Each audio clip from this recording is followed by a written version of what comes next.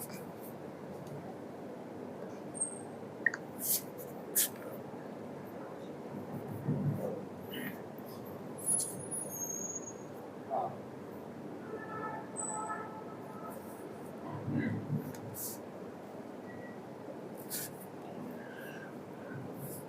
الحمد لله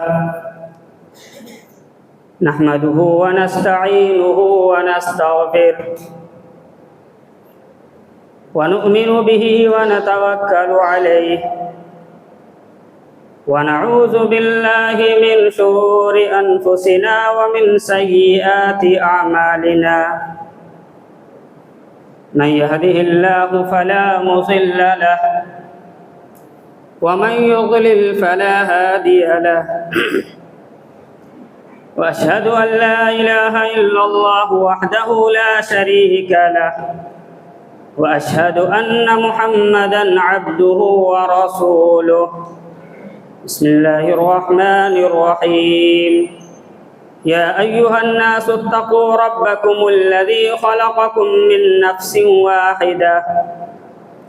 وخلق منها زوجها وبث منهما رجالا كثيرا ونساء واتقوا الله الذي تساءلون به والأرحام إن الله كان عليكم رقيبا يا أيها الذين آمنوا اتقوا الله حق تقاته ولا تموتن إلا وأنتم مسلمون يا أيها الذين آمنوا اتقوا الله وقولوا قولا سديدا يصلح لكم أعمالكم ويغفر لكم ذنوبكم ومن يطع الله ورسوله فقد فاز فوزا عظيما أما بعد فإن خير الحديث كتاب الله وخير الهدي هدي محمد صلى الله عليه وسلم وشر الأمور محدثاتها وكل محدثة بدعة وكل بدعة ضلالة وكل ضلالة في النار بسم الله الرحمن الرحيم قاف والقرآن المجيد بل عجبوا أن جاءهم منذر منهم فقال الكافرون هذا شيء عجيب أإذا متنا وكنا ترابا ذلك رجع بعيد قد علمنا ما تنقص الأرض منهم وعندنا كتاب حفيظ بل كذبوا بالحق لما جاءهم فهم في أمر مريج وقال الله تبارك وتعالى في القرآن المجيد والفرقان الحميد إن عدة الشهور عند الله 12 شهرا في كتاب الله يوم خلق السماوات والأرض منها 4 حرم ذلك الدين القيم فلا تظلموا فيهن أنفسكم وروى الإمام البخاري في صحيحه عن أبي بكرة رضي الله عنه قال رسول الله صلى الله عليه وسلم السنة 12 شهرا منها 4 حرم 3 متواليات ذو القعدة وذو الحجة والمحرم ورجب مضر بين جمادی و شعبان بزرگان محترم، دینی ملی اسلامی بھائیوں، عزیز بچوں اور پردہ نشین خواتین اسلامیہ، تمام قسم کی حمد و ثنا، بڑائی، بزرگی، یکتائی، کبریائی اس وحدہ لا شریک کے لیے لائق اور زیبا ہے جو ہم سب کا اکیلا تنہا خالق، مالک، رازق اور مدبر الامور ہے۔ بعدہ تمام انبیاء علیہم السلام کے اوپر درود و پاک ہو، خصوصاً بالخصوص ہمارے اور آپ کے آخری نبی احمد مصطفیٰ محمد مصطفیٰ صلی اللہ علیہ وسلم پر اللہم صلی علیہ وبارک سلم علیہ۔ بزرگان محترم، جیسا کہ ہم سب کو معلوم ہے کہ ہم سب ماہ محرم سے گزر رہے ہیں۔ ماہ محرم شرعی ناحیے سے اور اسی طرح سے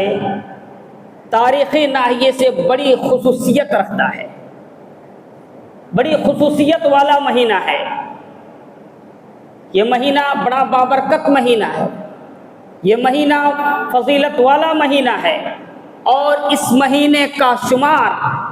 اس مہینے کی فضیلت پر جو دلالت کرتی ہے وہ یہ ہے کہ اشہر حرم میں اس کا شمار ہوتا ہے۔ اللہ تبارک و تعالیٰ نے اس مہینے کو، جہاں پر اللہ تعالیٰ نے 4 مہینے کو حرمت والا قرار دیا ہے، ان 4 مہینوں میں سے ایک مہینہ ماہ محرم کا ہے، جس سے ہم اور آپ گزر رہے ہیں۔ بڑی فضیلت والا، بڑی عظمت والا اور اہمیت والا مہینہ ہے۔ اس کو تاریخی ناحیے سے دیکھا جائے تب بھی، اور اسی طرح سے اس کو شرعی ناحیے سے دیکھا جائے تب بھی۔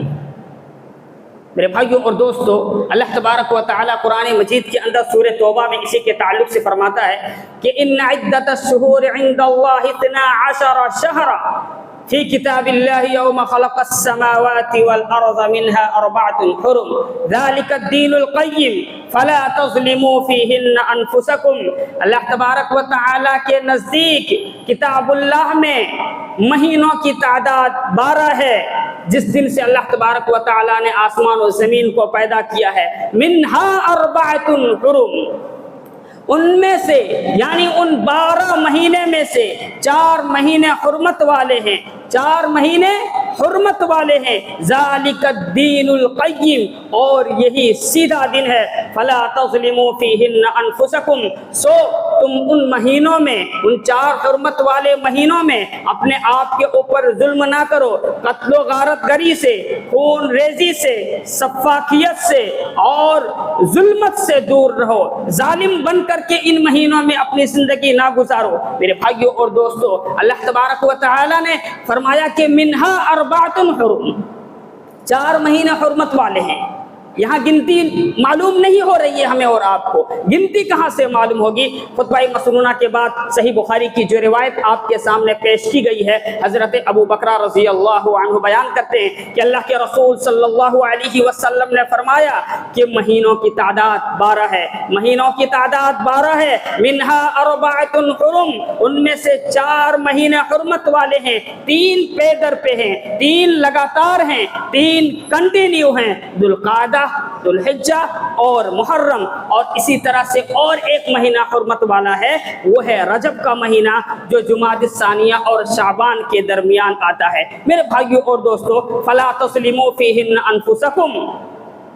اس آیت کریمہ کے اس ٹکڑے سے ہمیں اور آپ کو یہ بات معلوم ہوتی ہے کہ جنگ و جدال سے، لڑائی جھگڑے سے، ہر طرح کے ظلم سے، ہر طرح کی نافرمانی سے اور ہر طرح کے گناہ سے اپنے آپ کو دور رکھنا چاہیے۔ اللہ تبارک و تعالیٰ قرآن مجید کے اندر ارشاد فرماتا ہے یسألونک عن الشہر الحرام قتال فیہ قل قتال فیہ کبیر۔ اے نبی اکرم صلی اللہ علیہ وسلم، لوگ آپ سے حرمت والے مہینے میں، حرمت والے مہینے میں قتال کے تعلق سے، جنگ و جدال کے تعلق سے سوال کرتے ہیں۔ آپ انہیں فرما دیجئے، آپ انہیں خبر دے دیجئے، آپ انہیں بتلا دیجئے کہ ان میں لڑائی جھگڑے کرنا بڑا گناہ ہے، بچنا چاہیے ان چیزوں سے۔ ابن کثیر رحمہ اللہ نے ابن عباس رضی اللہ عنہما کا ایک قول نقل کیا ہے اس آیت کے تحت کہ اللہ تبارک و تعالی نے ظلم کو سال کے 12 مہینے میں حرام قرار دیا ہے۔ ایسا نہیں ہے کہ صرف ان 4 مہینوں میں ظلم نہ کریں، باقی سارے مہینے میں جیسا چاہیں ویسی زندگی گزاریں، ایسی بات نہیں ہے، بلکہ سال کے پورے 12 مہینے میں اللہ تبارک و تعالیٰ نے ظلم کو حرام قرار دیا ہے، اور خصوصیت کے ساتھ ان 4 مہینوں میں اس کا ذکر کیا ہے۔ کہ ظلم نہ کیا جائے. کیوں نہ کیا جائے؟ اس لیے کہ اگر تم نافرمانی کرو گے، اگر تم لڑائی جھگڑے کرو گے، اگر تم شریعت سے ہٹ کر کے اپنی زندگی کو گزارو گے، تو جس طرح سے ان حرمت والے مہینے میں تم نیک عمل کرتے ہو، صالح عمل کرتے ہو، اچھا عمل کرتے ہو، ثواب کا کام کرتے ہو، کار خیر میں حصہ لیتے ہو، تو تمہاری نیکیاں اس میں بڑھ جاتی ہے، ثواب کے کام ثواب اس میں بڑھ جاتا ہے، اور تمہاری نیکی کو بڑھا چڑھا کر کے دی جاتی ہے. اگر تم نے ان مہینوں میں نافرمانی کی اللہ اور اس کے رسول کی، تو تمہارے گناہ بھی بڑھ جائیں گے. میرے بھائیو اور دوستو، ظلم یہ بہت خطرناک چیز ہے. اللہ کے رسول صلی اللہ علیہ وسلم فرماتے ہیں، کہتے ہیں کہ اللہ تبارک و تعالی نے کہا. مطلب کیا نکلا کہ یہ حدیث قدسی ہے. فرماتے ہیں کہ یا عبادی انی حرمت الظلم علی نفسی وجعلتہ بینکم محرما فلا تظالموا. اے میرے بندو، میں نے اپنے اوپر ظلم کو حرام قرار دیا ہے، میں نے اپنے اوپر ظلم کو حرام قرار دیا ہے. وجعلتہ بینکم، اور تمہارے درمیان بھی اس ظلم کو حرام قرار دیا ہے. فلا تظالموا، تو تم ایک دوسرے کے اوپر ظلم نہ کرو، ظلم ستم کی زندگی نہ گزارو، جنگ و جدال کی زندگی نہ گزارو. میرے بھائیوں اور دوستو، اسی طرح سے اس مہینے سے بہت سارے تاریخی واقعات جڑے ہوئے ہیں، بہت سارے تاریخی واقعات اس سے وابستہ ہیں، بہت ساری عظیم واقعات اس مہینے کے شاہد ہیں. تاریخ کا اگر آپ مطالعہ کریں گے، تاریخ کو اگر آپ بنظر غائر پڑھیں گے، تاریخ کو اگر آپ ٹٹولیں گے، اس کو دیکھیں گے، تو آپ کو معلوم ہوگا کہ آپ صلی اللہ علیہ وسلم کی بعثت سے پہلے اور آپ صلی اللہ علیہ وسلم کی بعثت کے بعد کی جو تاریخ ہے، آپ اس میں پائیں گے کہ بہت ساری یادیں اسی ماہ محرم سے جڑی ہوئی ہے، بہت ساری باتیں اور بہت سارے واقعات اسی ماہ محرم سے وابستہ ہیں، جس سے ہم اور آپ ابھی گزر رہے ہیں. تو اس حیثیت سے اگر دیکھا جائے، اس حیثیت سے اگر اس کو تولا جائے، تو سب سے بڑی تاریخی شہادت اس مہینے میں یہ ہے کہ ظلم پر انصاف کی جیت ہوئی تھی، ظلم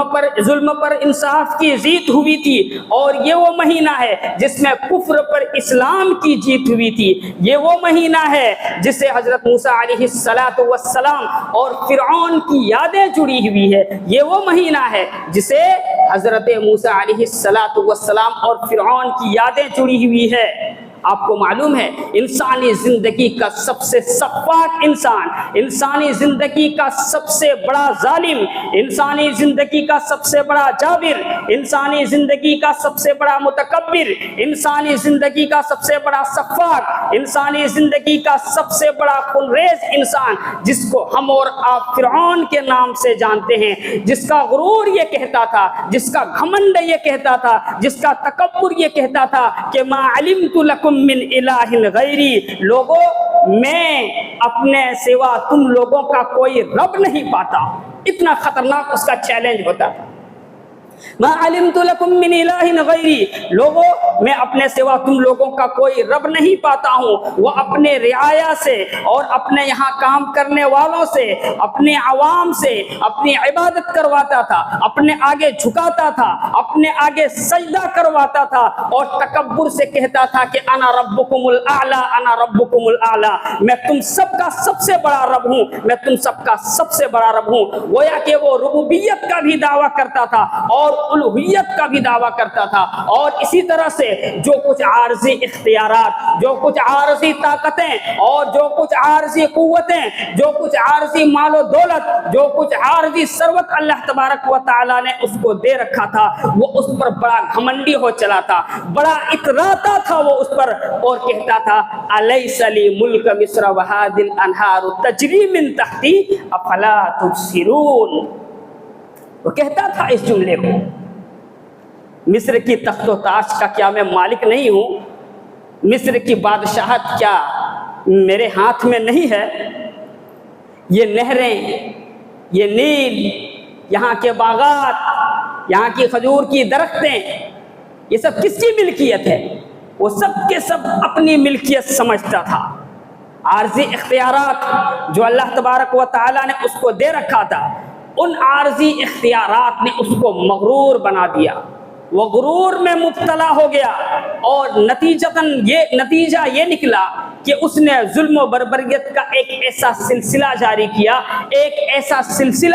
کیا قرآن کہتا ہے کہ ان فرعون علا فی الارض وجعل اہلها شیعا یستضعف طائفة منهم یذبح ابناءهم ویستحیی نساءهم انه کان من المفسدین۔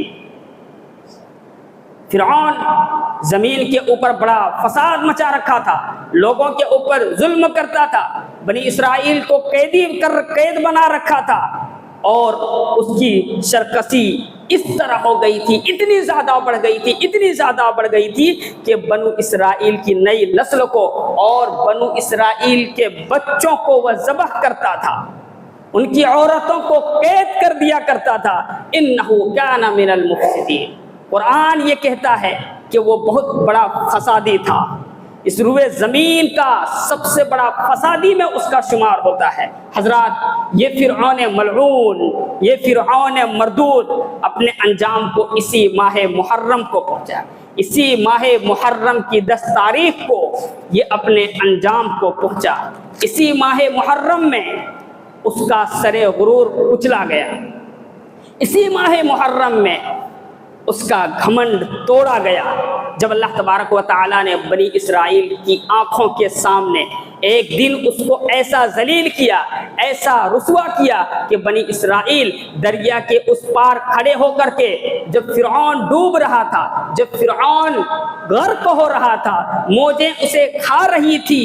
وہ چیخیں مار رہا تھا، وہ چلا رہا تھا، وہ دہاڑے مار رہا تھا اور کہہ رہا تھا آمنت انہ لا الہ الا الذی آمنت بہ بنو اسرائیل وانا من المفسدین وانا من المسلمین۔ کہہ رہا تھا کہ میں ایمان لاتا ہوں کہ اللہ تعالیٰ کے سوا کوئی معبود برحق نہیں ہے، حقیقی رب تو وہی ہے جس پر بنو اسرائیل ایمان رکھتے ہیں، بنو اسرائیل کے رب کو میں اپنا رب مانتا ہوں، بنو اسرائیل کے معبود کو میں اپنا معبود تسلیم کرتا ہوں۔ وحی الہی نے کہا الآن وقد عصیت قبل وکنت من المفسدین، اب تجھے عقل آئی ہے، اب ہوش ٹھکانے لگے ہیں، جب تم مر رہے ہو، جب تم ڈوب رہے ہو، اب تم کلمہ پڑھنا چاہتے ہو، جبکہ کلمہ پڑھنے کا ٹائم ختم ہو چکا ہے، کلمہ پڑھنے کا ٹائم رخصت ہو چکا ہے، توبہ اور استغفار کا ٹائم ختم ہو چکا ہے۔ بنی اسرائیل جس پر وہ ظلم و ستم ڈھا رہا تھا، بہت عرصے سے ظلم و ستم ڈھا رہا تھا، جب اپنی آنکھوں کے سامنے اس ملعون کو ڈوبتا ہوا دیکھتا ہے، جب اس ملعون کو دیکھتا ہے کہ وہ اپنے انجام کو پہنچ رہا ہے، تو اس کے کلیجے بہت ٹھنڈے ہوتے ہیں۔ اس بات کو یاد رکھیے گا، جب ظالم کو کوئی مظلوم اس کے انجام کو پہنچتے ہوئے دیکھتا ہے، وہ اپنے انجام کو جب پہنچنے لگتا ہے تو مظلوم کو بہت سکون ملتا ہے، اس کے دل کو ٹھنڈک محسوس ہوتا ہے، انہیں راحت محسوس ہوتا ہے۔ میرے بھائیوں اور دوستو، یہ سارے کے سارے واقعات جو آپ کے سامنے ابھی پیش کیا گیا اسی ماہ محرم سے تعلق رکھتا ہے، اسی لیے یہ وقت آنے سے پہلے یہ واقعہ ہمیں یہ سبق دیتا ہے کہ فرعونی چال نہ چلا جائے، ظلم و ستم کسی کے اوپر نہ ڈھایا جائے، کمزوروں کو نہ ستایا جائے، قبل اس کے کہ تمہاری موت آ جائے سدھر جاؤ اور اللہ تبارک و تعالیٰ کی طرف پلٹ آؤ۔ میرے بھائیوں اور دوستو، اسی طرح سے اس ماہ محرم میں اس کا جو ایک مسنون طریقہ ہے بالخصوص وہ روزے کا ہے۔ روزہ نبی اکرم صلی اللہ علیہ وسلم کا معمول تھا، آپ صلی اللہ علیہ وسلم اس مہینے میں روزہ رکھا کرتے تھے اور بکثرت رکھا کرتے تھے، اور صحابہ کرام کو بھی اس مہینے میں روزہ رکھنے کی ترغیب دلاتے تھے۔ سیدنا ابو ہریرہ رضی اللہ عنہ بیان کرتے ہیں کہ اللہ کے رسول صلی اللہ علیہ وسلم نے فرمایا افضل الصیام بعد رمضان شہر اللہ المحرم، ماہ رمضان کے بعد سب سے افضل ترین روزے اللہ کے مہینے محرم کے روزے کے ہیں۔ اس مہینے کی روزے کی بڑی فضیلت آئی ہوئی ہے میرے بھائیوں اور دوستوں۔ اور دوسری بات، اسی حدیث کے اندر آپ غور کریں، اللہ کا مہینہ، گویا کہ اس مہینے کی نسبت اللہ تبارک و تعالی کی طرف کی گئی۔ جس طرح سے خانہ کعبہ کو بیت اللہ کہتے ہیں، بیت اللہ اللہ کا گھر، یوں تو جتنی مساجد ہیں اس روئے زمین کے اوپر سب اللہ کا گھر ہے، لیکن چونکہ نسبت اللہ تبارک و تعالیٰ کی طرف کر دی گئی تو گویا کہ اس کی فضیلت بڑھ گئی۔ اسی طرح سے اس مہینے کی نسبت اللہ تبارک و تعالیٰ کی طرف کی گئی ہے، گویا کہ اس سے اس مہینے کی فضیلت اور اہمیت معلوم ہوتی ہے۔ صحیح مسلم کی ایک روایت ہے، اللہ کے رسول صلی اللہ علیہ وسلم سے سوال کیا گیا، ای الصلاة افضل بعد المکتوبہ و ای الصیام افضل بعد شہر رمضان، فرض نمازوں کے بعد کون سی نماز سب سے افضل ہے اور رمضان المبارک کے روزے کے بعد کون سے روزے سب سے افضل ہیں؟ اللہ کے رسول صلی اللہ علیہ وسلم جواب دیتے ہیں، افضل الصیام بعد الصلاة المکتوبہ الصلاة فی جوف اللیل وافضل الصیام بعد شہر رمضان صیام شہر اللہ المحرم۔ فرض نمازوں کے بعد سب سے افضل نماز رات کی نماز ہے۔ رات میں نماز پڑھنا سیکھو مسلمانوں۔ تم سے پہلے کے جو لوگ تھے سلف صالحین اس کو بڑی سختی کے ساتھ اس پر عمل کیا کرتے تھے۔ آج ہماری اور آپ کی زندگی بڑے مزے کی زندگی کٹ رہی ہے، ساری چیزیں مہیا ہیں، اس کے باوجود ہم اٹھنے کا نام نہیں لیتے ہیں۔ جماعتیں تو ٹھیک ٹھاک ہوتی ہے دن کی نمازوں میں، فجر کی نماز میں ہماری اور آپ کی تعداد گھٹ جاتی ہے۔ کیوں گھٹ رہی ہے؟ نماز پڑھنے کی ضرورت ہے، رات میں بھی پڑھنے کی ضرورت ہے، تہجد کی بھی ضرورت ہے، اور فرض نماز کو تو چھوڑنا ہی نہیں ہے۔ بہرصورت آگے چلتے ہیں، اور ماہ رمضان کے مہینے کے بعد سب سے افضل روزے محرم کے مہینے کے روزے ہیں۔ اسی طرح سے حضرت علی رضی اللہ عنہ سے مروی ہے، اللہ کے رسول صلی اللہ علیہ وسلم سے ایک آدمی نے عرض کیا، یا رسول اللہ اخبرنی بشہر اصومہ بعد رمضان، اے اللہ کے رسول اگر رمضان کے علاوہ کسی مہینے میں روزے رکھنا چاہوں تو آپ کس مہینے کے روزے میرے لیے تجویز کریں گے، کس مہینے کے روزے میرے لیے پسند فرمائیں گے؟ آپ صلی اللہ علیہ وسلم جواب مرحمت ہوتے ہیں، ان كنت صائما شهرا بعد رمضان فصم المحرم فانه شهر الله، اگر تم رمضان کے علاوہ کسی مہینے میں روزہ رکھنا چاہتے ہو تو محرم کے مہینے کے روزے رکھو، کیونکہ یہ اللہ تبارک و تعالی کا مہینہ ہے۔ اسی طرح سے میرے بھائیوں اور دوستو، یوم عاشورہ کا روزہ رکھنا، یوم عاشورہ کا روزہ رکھنا، حضرت عبداللہ ابن عباس رضی اللہ عنہما بیان کرتے ہیں کہ آپ صلی اللہ علیہ وسلم جب مدینہ تشریف لائے تو یہود کو عاشورہ یعنی 10ویں محرم کا روزہ رکھتے ہوئے پایا۔ آپ صلی اللہ علیہ وسلم ان یہودیوں سے پوچھتے ہیں، ما ھذا اليوم الذی تصومونہ،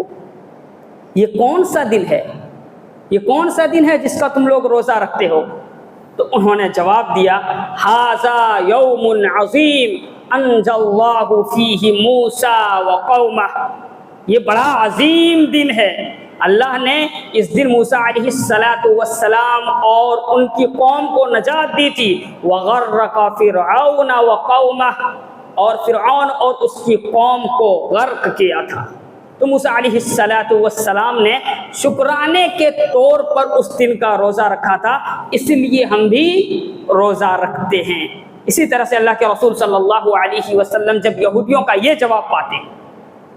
یہود مدینے کے یہودیوں کا جب یہ جواب پاتے ہیں تو آپ صلی اللہ علیہ وسلم آگے ارشاد فرماتے ہیں، فَنَحْنُ أَحَقُّ وَأَوْلَى بِمُوسَى مِنْكُمْ فَصَامَهُ رسول اللہ صلی اللہ علیہ وسلم وَأَمَرَ بِصِيَامِهِ، ہم تم سے زیادہ حق رکھتے ہیں اور موسیٰ علیہ السلام کے زیادہ قریب ہیں، لہٰذا آپ صلی اللہ علیہ وسلم نے روزہ رکھا اور روزہ رکھنے کا حکم بھی دیا۔ ظاہر سی بات ہے جب روزہ رکھنے کی بات آ گئی تو پھر اس کی فضیلت کیا ہے؟ جو روزہ رکھیں گے روزے سے ملنے والا کیا ہے؟ اللہ کے رسول صلی اللہ علیہ وسلم نے اس کی بھی وضاحت کر دی ہے۔ حضرت ابو قتادہ الانصاری رضی اللہ عنہ کی روایت ہے، آپ صلی اللہ علیہ وسلم نے فرمایا سئل عن صوم یوم عاشورہ، رسول اکرم صلی اللہ علیہ وسلم سے یوم عاشورہ کے روزے کی فضیلت کے بارے میں پوچھا گیا۔ آپ صلی اللہ علیہ وسلم سے اس کے بارے میں جب سوال کیا گیا تو آپ نے جواب دیا یکفر السنۃ الماضیہ، پچھلے ایک سال کے گناہوں کو مٹا دیتا ہے، گناہ صغیرہ کو مٹا دیتا ہے، گناہ کبیرہ بغیر توبہ کے معاف ہونے والا نہیں ہے۔ اسی طرح سے عبداللہ ابن عباس رضی اللہ عنہ فرماتے ہیں کہ جب نبی اکرم صلی اللہ علیہ وسلم اور صحابہ کرام نے روزہ رکھنا شروع کر دیا، روزہ رکھنا شروع کر دیا تو بعض صحابہ نے کہا یا رسول اللہ انہ یوم تعظمہ الیہود والنصارى، اے اللہ کے رسول اس دن کی یہودی اور نصارہ بہت زیادہ تعظیم کرتے ہیں، بڑی تعظیم کرتے ہیں اس کی۔ تو آپ صلی اللہ علیہ وسلم فرماتے ہیں فَإِذَا كَانَ الْعَامُ الْمُقْبِلُ إِنْ شَاءَ اللَّهُ سُمْنَ الْيَوْمَ التَّاسِعَ، اگر اللہ نے چاہا اور آئندہ سال آیا تو ہم 9 تاریخ کا روزہ رکھیں گے۔ معلوم یہ ہوا کہ 10ویں تاریخ کے ساتھ 9 تاریخ کا روزہ رکھنا، اس سے یہودیوں کی مخالفت ہوتی ہے، یہودیوں کی اس سے مخالفت ہو رہی ہے۔ اس میں ایک بات یہ بھی آتی ہے کہ اللہ کے رسول صلی اللہ علیہ وسلم نے جب اس کا ارادہ کیا تو اس کی وجہ کیا تھی یا اس کی وضاحت کس طرح سے ہوگی؟ ابن عباس رضی اللہ عنہما جو اس حدیث کے راوی ہیں انہوں نے اس حدیث کی تشریح بھی کر دی ہے اور فرمایا کہ صوم التاسع والعاشر وخالف الیہود، 9 اور 10 کا روزہ رکھو اور یہودیوں کی مخالفت کرو۔ الغرض یہ کہ اللہ کے رسول صلی اللہ علیہ وسلم اس سال زندہ نہیں رہے، فلم یأتی العام المقبل حتی توفی رسول اللہ صلی اللہ علیہ وسلم، تو اگلا سال یعنی محرم نہیں آیا یہاں تک کہ آپ صلی اللہ علیہ وسلم وفات پا گئے۔ میرے بھائیو اور دوستو، ان تمام احادیث سے ہمیں یہ بات معلوم ہوتی ہے کہ ماہ محرم کا روزہ کثرت کے ساتھ رکھنا چاہیے، اور نہیں تو کم از کم عاشورہ کا روزہ ہمیں اور آپ کو ضرور رکھنی چاہیے۔ اللہ تبارک و تعالیٰ سے دعا ہے کہ اللہ تبارک و تعالیٰ ہم سب کو اس کی توفیق دے، آمین۔ اقول قولی هذا استغفر اللہ لی ولکم ولسائر المؤمنین فاستغفروه انه هو الغفور الرحیم۔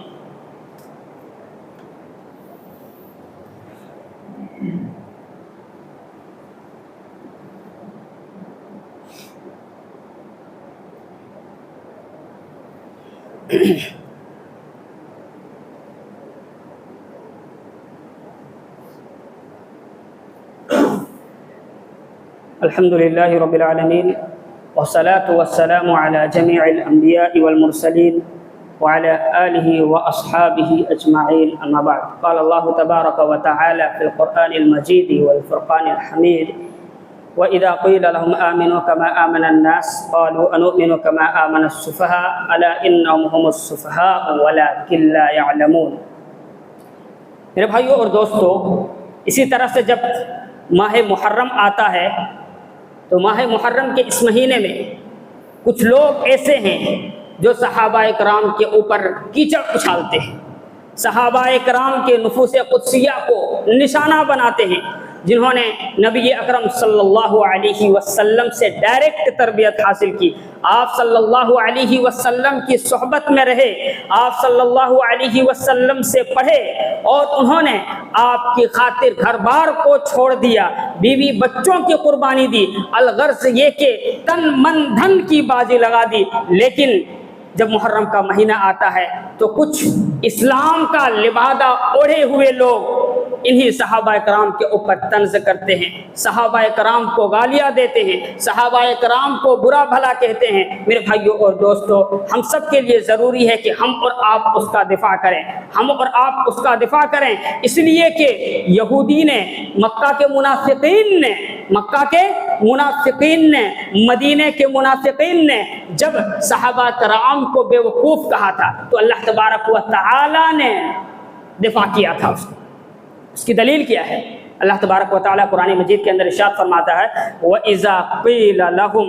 آمنوا كما آمن الناس قالوا أنؤمن كما آمن السفهاء ألا إنهم هم السفهاء ولكن لا يعلمون. اور جب ان منافقوں سے کہا جاتا ہے کہ ایمان لے آؤ جس طرح سے صحابہ کرام نے ایمان لایا، تو کہتے ہیں کہ کیا ہم ایمان لے آئیں اس طرح سے جیسے بے وقوفوں نے ایمان لایا؟ سن لو، تم خود بے وقوف ہو، وہ لوگ بے وقوف نہیں ہیں لیکن وہ لوگ جانتے نہیں ہیں. اسی لیے اسی طرح سے اللہ کے رسول صلی اللہ علیہ وسلم کی ایک حدیث ہے، من سب اصحابی فعلیہ لعنت اللہ والملائکہ والناس اجمعین. جو لوگ صحابہ کو برا بھلا کہتے ہیں، جو لوگ صحابہ کو گالی دیتے ہیں،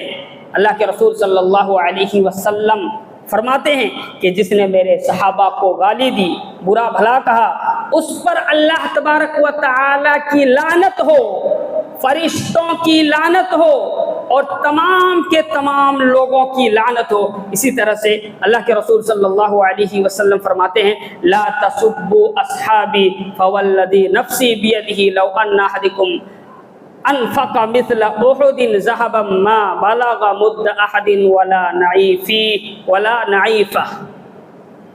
اللہ کے رسول صلی اللہ علیہ وسلم نے فرمایا کہ میرے صحابہ کو تم گالی مت دو، اس ذات کی قسم جس کے ہاتھ میں میری جان ہے، اگر تم احد پہاڑ کے برابر بھی سونا خرچ کرو گے تو اس کے ایک مد یا آدھے مد کے برابر بھی نہیں پہنچ پاؤ گے. میرے بھائیوں اور دوستو، ان نصوص سے ہمیں اور آپ کو یہ بات معلوم ہوتی ہے کہ صحابہ کرام کے اوپر جو لوگ طنز کرتے ہیں، صحابہ کرام کے اوپر جو لوگ تنقید کرتے ہیں، جو لوگ برا بھلا کہتے ہیں، کبھی بھی اچھا نہیں ہو سکتا. یہ منافقوں کی صفت ہے جو صحابہ کو گالی دے. اسی طرح سے جب ماہ محرم آتا ہے تو نوحہ خوانی، ماتم، گریہ زاری اور اسی طرح سے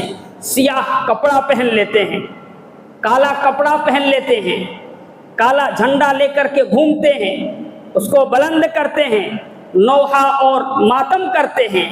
اپنے گالوں کو نوچتے ہیں، اپنے کپڑوں کو پھاڑتے ہیں اور اسی طرح سے اور دیگر خرافات کو انجام دیتے ہیں، جبکہ شریعت میں ان چیزوں کا کوئی وجود نہیں ہے. گالوں کو نوچنا، کپڑوں کو پھاڑنا، اللہ کے رسول صلی اللہ علیہ وسلم فرماتے ہیں لیس منا من لم لطم الخدود من لطم الخدود وشق الجیوب ودعا بدعوى الجاہلیہ. جس شخص نے اپنے چہرے کے اوپر تھپڑ مارا، اس کو نوچا، وشق الجیوب اور اپنے کپڑوں کو پھاڑا، سینہ کوبی کی، اور اسی طرح سے جاہلیت کی جو پکار ہے ویسے پکار کو پکارا، تو وہ ہم میں سے نہیں ہے. لہٰذا ہمیں اور آپ کو ان چیزوں سے بچنی چاہیے. اور اسی طرح سے بدعات اور خرافات میں سے یہ بھی ہے کہ جلوس نکالنا اور شربتیں تقسیم کرنا اور طرح طرح کی باتیں کرنا اور نمازوں کو ضائع کرنا. ظاہر سی بات ہے کہ جس دن جلوس نکالا جاتا ہے، شربتوں کی تقسیم ہوتی ہے اور اسی طرح سے ننگے پاؤں وہ چلتے ہیں، عورتیں بدن سے زیورات اتار دیتے ہیں، یہ سارے کے سارے اسی ماہ محرم کی 10ویں تاریخ کو انجام دیتے ہیں جس کا شریعت میں کوئی وجود ہی نہیں ہے. اللہ کے رسول صلی اللہ علیہ وسلم فرماتے ہیں من احدث فی امرنا ھذا ما لیس منہ فہو رد. جس شخص نے کوئی ایسی بات کو ایجاد کیا یا ایسا عمل کیا، ایسا کام کیا جو مجھ سے ثابت نہیں ہے، جو شریعت سے ثابت نہیں ہے، تو وہ پھر مردود ہے. جہاں تک عمل کی بات ہے، ان باتوں پر جو وہ عمل کرتے ہیں اس کے تعلق سے بھی اللہ کے رسول صلی اللہ علیہ وسلم فرماتے ہیں من عمل عملا لیس علیہ امرنا فہو رد. جس کسی نے کوئی ایسا عمل کیا جس پر شریعت کی کوئی دلیل نہیں ہے، فہو رد، تو پھر وہ مردود ہے، اس کی قول کو مانا نہیں جائے گا. میرے بھائیوں اور دوستو، ان تمام نصوص کو ہمیں اور آپ کو سامنے رکھتے ہوئے اس مہینے کو گزارنی چاہیے. اللہ تبارک و تعالیٰ سے دعا ہے کہ اللہ تبارک و تعالیٰ ہم سب کو صحیح سمجھ عطا فرمائے. اللہ تبارک و تعالیٰ ہم سب کو شریعت کے مطابق زندگی گزارنے کی توفیق دے. ان اللہ وملائکتہ یصلون علی النبی یا ایہا الذین آمنوا صلوا علیہ وسلموا تسلیما اللہم صل علی محمد وعلی آل محمد كما صليت على إبراهيم وعلى آل إبراهيم إنك حميد مجيد اللهم بارك على محمد وعلى آل محمد كما باركت على إبراهيم وعلى آل إبراهيم إنك حميد مجيد عباد الله رحمكم الله إن الله يأمركم بالعدل والإحسان وإيتاء ذي القربى وينهى عن الفحشاء والمنكر والبغي يعظكم لعلكم تذكرون واذكروا الله يذكركم وادعوه يستجب لكم ولذكر الله أكبر والله يعلم ما تصنعون. قم الصلاة.